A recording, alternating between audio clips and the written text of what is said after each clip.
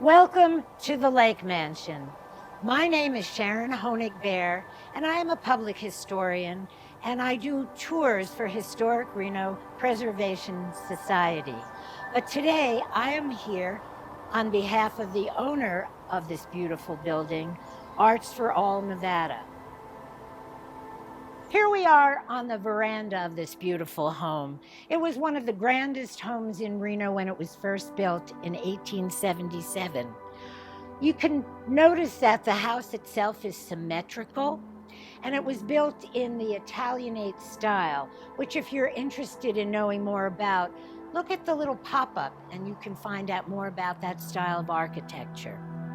One of the things that's quite interesting about this house is even though we're far from the sea, there is a widow's walk on the top of the building, but this was actually very commonly used in Italianate architecture. The house, when it was originally built, was 2,376 square feet, which was a good-sized house for that period. And something that I found so interesting, that underneath all of this paint, the house is built of redwood. And in the original house, there were 11 rooms. Notice how large the house is. And you will hear how this impressive building was not originally at this location. In fact, this big structure was moved twice over its life, and it settled in this lovely spot in 2004. As we step in, we will glimpse what life was like during the early years of this home. So let's go inside. Because we are guests in this home, we are coming into the mansion through the guest entrance. I like to point out this house was built to impress, and like Victorian homes of this period, we're looking at very high ceilings, beautiful woodwork, large windows. And as we come in the front door here, I like to point out the etched glass windows on either side of the doors and also above the doors. These were etched, and the design on here represents the Roman goddess named Flora, who is representing abundance and flowers. And again, part of the impression that this house tries to give is abundance. So let's come in. This is the entry here. And this staircase is original to the house. And the only part that is not is the top of the post here, which is a replica because it went missing at one point. Although we're not going upstairs to the upstairs level here, there are 4 bedrooms up there. And at this point, they're being used by Arts for All as their offices. But in the case of the Lake Mansion, what we're looking at is the front parlor. This is the guest room. This is built to impress with its high ceilings, big windows, and let's remember that this house was built before electricity, so that these tall windows help bring light into our rooms. So in the front parlor is a perfect time to introduce you to the Lake family. And in this corner, we have 2 portraits by a very famous Virginia city artist, 19th century artist, C.B. McClellan. And this is Mr. Lake, Myron Lake, and this is his son, Charles, or Charlie. So Mr. Lake was quite an entrepreneur. In fact, some of you may know Reno was originally called Lake's Crossing. That's because he had a significant bridge, and he was able to charge tolls to cross the bridge. And with that money, he invested in real estate, including this house. He did not build this house. The Marsh family built it, and just 2 years later, Mr. Lake bought it from the Marshes. And yes, it is the same family as Marsh Avenue here in Reno. Mr. Lake bought it from the Marshes for $5,000. Now I'd like to introduce you to Jane Lake, whose home this really was. The painting that we're looking at was also painted by C.B. McClellan. Jane was the mastermind behind much of the decoration and expansion and renovation of this of this house. And throughout, you can look at pop-ups to see some of the details of some of the furnishings in the house. Jane and Myron were never happy together. And in fact, they had a very contentious and a very public divorce. And it came out in all the divorce proceedings what a bully and actually abuser that Myron was. They fought out in court for years for their different financial dealings, including this house. Eventually, Jane was awarded the house in divorce court. But all during those years where they were fighting out the divorce, no one lived in this house from the family. They rented it out. This beautiful home was rented out for $300 a year. But after Myron died in 1884, Jane and Charlie, who was her son with Myron, and her 3 children from her previous husband moved in and lived in the mansion. And we'll hear about some of her renovations as we go on. Well, we've talked quite a bit about the front parlor. This is the guest parlor. But let's move now into the one that the family would use, often called the back parlor. And as we move from one room to the other, I'd like to point out 2 things. One, which are the beautiful slot doors. They actually go into the wall, which gives you a sense of just how deep these walls are. The other thing is the beautiful snowflake frieze above the doorway, and both of these are original to the house. So let's move in to the back parlor. So here we are in the family parlor, and this is really the heart of the house. This is where the family spent most of its time. And even though we came in those beautiful etched doors, the family would typically use this door, coming in off of the porch right into their family parlor. I like to point out, although this is not original to Mrs. Lake, Mrs. Lake was a very modern woman, and she wanted the most modern of appliances and what we would call in that time technology, including a phone which she had installed in this house in 1884.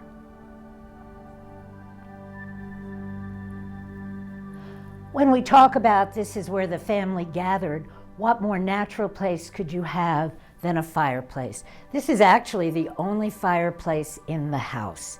And for that reason, in order to move heat to different rooms and also to bring breezes and a little bit of airflow in the warm months, you will notice that above these doorways there are transoms, and these glass panels did open, and I think still do open, allowing the flow of both heat and cooling breezes. The mantel itself, you will notice the lovely double lover's knot, and there's it's the tiniest little Greek key pattern I've ever seen carved into the mantel itself.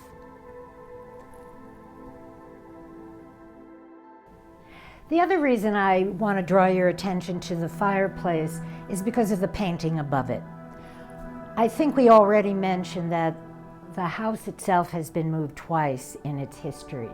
And this painting shows us what the house looked like in its original site on the corner of South Virginia Street and California Avenue. It was a lot of 2 acres, and the house stood there until it was moved again. So here's this idyllic setting, and in 1971, the mansion was threatened with demolition. But it's a success story because a nonprofit, the Washoe Landmark Preservation Group, found it, and they got together the money to move it 3 miles south to the corner of Virginia and Kitski Lane, which was then called the Coliseum, but we now know it as the Convention Center. It moved again in 2004 during Art Town, and they called it one of the most moving experiences of Art Town. And it was moved 3.1 miles north again to the location that we see it today. It was mounted on a large truck bed and slowly moved up Virginia Street. And the descendants of Jane Lake, Bruce and Barbara Goff, were present during both of the moves.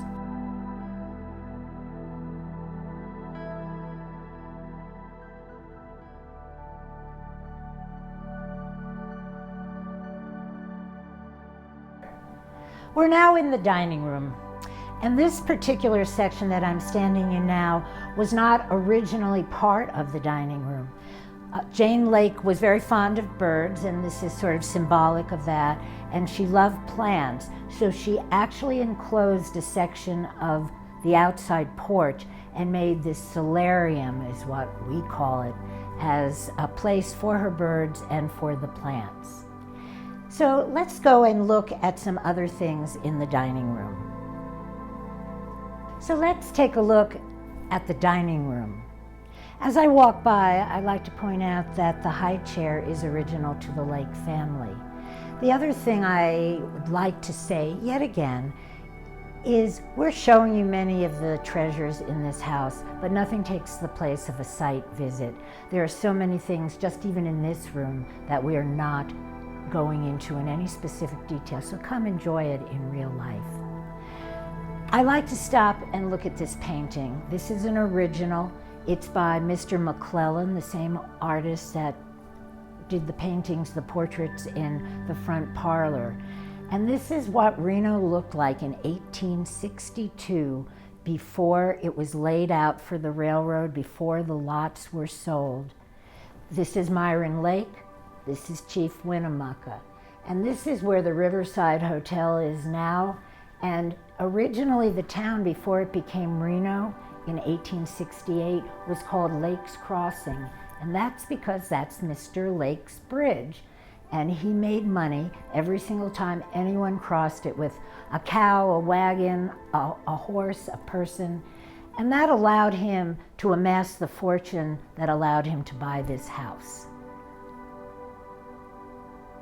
Before we leave the dining room, as I said, there are many things to look at, but there's one artifact in this room that I especially find interesting. This is the Marshes, and they first built this house, and for 2 years lived here before the Lakes bought it. Mr. Marsh owned a music store in town, and what he was able to do was import organs and pianos, and of course they're big and heavy, and they came in big crates, wooden crates. And at a time, this was early recycling, because at a time when there was few resources, and resources, especially wood, was scarce, he saved a lot of the crates that the organs and the pianos were shipped in. And when this building, this Lake Mansion, was renovated, they found this particular board, as well as others, creating the floor of the attic of the Lake Mansion. So this is truly an artifact from the 1870s, when Mr. Marsh lived here. I love kitchens, and now we're in one of my favorite parts of the house. As you might have seen from the overhead shots, the original mansion has a square shape. But when Jane Lake moved in here, she wanted a kitchen actually attached to the house. Originally, on those 2 acres, the kitchen would have been an outbuilding, and the cooks would have lived out there. Of course, she did have cooks, and I found it interesting that her cook was Chinese. But when she modernized the house by extending the square shape of the mansion and added a pantry as well as this kitchen. And it does have another door to the outside. She also brought in, at that point, indoor plumbing and water, which up until that point didn't exist in the house at all. I always encourage people to come. The kitchen is a really fun place because there are so many old tools here, and typically we have a little guessing game to imagine what were these items, and we also have a crib sheet, so in case you can't ever guess, we'll let you know what they were. So this is, the kitchen was laid out very similar to this, but it has been modernized yet again, because the Lake Mansion itself is used for catering and other activities that we'll talk about in a moment. So it had to be brought up to a certain standard so people today could still use it. So if we come through the doorway, the beautiful arched doorway from the back parlor, we enter a very versatile room. It's been used for many functions over the years, but it is interesting, considering there are 4 bedrooms upstairs, that for the 2 years that the Marshes lived here, they used this as their bedroom, what we would call now the master bedroom. And something I like to point out in this room and also in the next is, again, we have these extremely high ceilings, but look at the really ornate moldings. No matter how small the room is, your eye always comes up to these very elaborate and opulent ceilings. If you were a careful observer, you might have noticed in the painting above the mantel, there were some quilts draped over the railing there. And that's symbolic because Jane Lake was known for her craftsmanship. She had a sewing machine, a Singer sewing machine, and she would make quilts and other fine handwork. What's interesting is this is what she focused on, but every year she would have a seamstress come to town and stay for a whole month making the family's clothing. Of course, you didn't just go and order something online or go to the corner emporium. She had enough wealth to have things custom made for her and for her family. But she focused on more decorative items. I mentioned earlier that the owners and stewards of this beautiful home are Arts for All Nevada. Some of you may know it as Very Special Arts or Very Special Arts Nevada, VSA Nevada. It's had different names over the last number of years. But nothing has changed the mission of the organization, which is to bring art experiences to people of all abilities. When the house was moved here in 2004, they built in a downstairs level here that didn't exist in the original home. And that's where the art workshops are held now. And there is a stairway down, or you can enter directly from Arlington Avenue if mobility issues are part of your concern. A full array of classes are offered for adults and for children. Before we go, the house is listed on the National Register of Historic Places, and it's a tremendous asset for us in the Truckee Meadows. Although I've highlighted the marshes and the lakes on this tour, other Reno families have also lived here, like the Hearses, the Wards, and the Chirillas. There were even periods when rooms in an apartment here were for lease. We hope this video tour whets your appetite for a site visit. There are so many reasons to come. The mansion and the adjacent garden pavilion are available for rentals. They are unique venues for weddings, birthdays, anniversaries, retirement parties, any kind of special event. Arts for All Nevada offers year-round classes, art festivals, camps, classroom visits, and more, keeping our teachers busy bringing art to the community. We are happy to provide you with this video tour of the Lake Mansion, but nothing compares with a personal visit. Arts for All Nevada has been a remarkable steward of this important building. Check the hours the mansion is open and wander through the showcase home with a remarkable history, and feel yourself transported to the days of early Reno.